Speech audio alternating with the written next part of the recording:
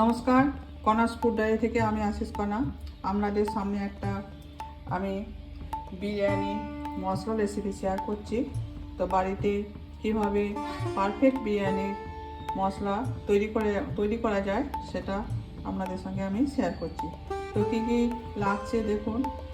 আমি কিছুটা নিয়েছি সাজরে, মরিচ, কিছুটা গোটা ধনে, একটা জায়ফল টুকরো করে কাটা আছে, 3টে স্টার অ্যানিস আছে, কিছুটা জয়িত্রী, দারচিনি, কিছুটা এলাচ আর লবঙ্গ।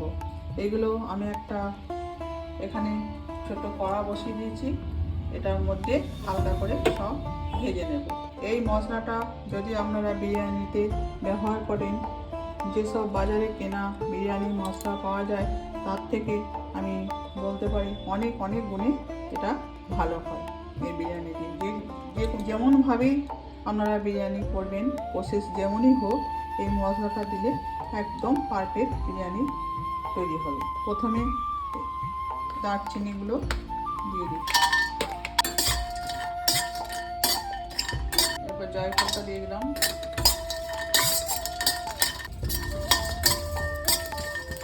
এবার সাজের এগুলো দিয়ে দিচ্ছি,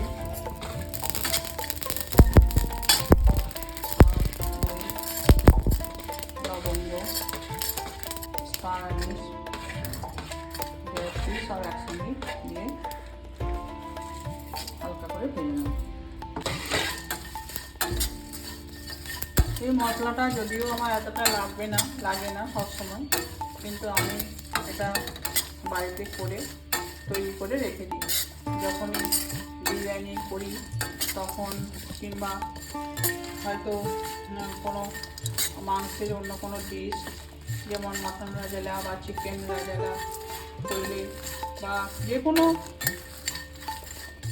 নিরামিষ তরকারিতেও একটু দিলে এই তরকারির স্বাদ খুবই ভালো হয়। এটা করে একটা কৌটোয় করে এটা আমি রেখে দিই, সবসময় বাড়িতে থাকে। তো আপনারা এরকমভাবে এই মশলাটা তৈরি করে রেখে দেবেন। শুধু বিরিয়ানি করার সময় লাগবে তা না, যে কোনো নিরামিষ তরকারি বা মাছের কোনো রেসিপি কিংবা মাংসের রেসিপিতে আপনারা এটা দিতে পারবেন। এরকমভাবে ভেজে নিয়েছি। এরপর একটা প্লেটের মধ্যে আমি ঠান্ডা করতে হবে। এটা পেস্ট করে নিয়ে রেখে দিলে একদম বিরিয়ানির মশলা তৈরি হয়ে যাবে। এই রেসিপিটা কেমন লাগলো সবাই কমেন্ট করে জানাবেন। যদি ভালো লাগে লাইক, শেয়ার, সাবস্ক্রাইব করবেন। সবাই ভালো থাকবেন, সুস্থ থাকবেন। নমস্কার।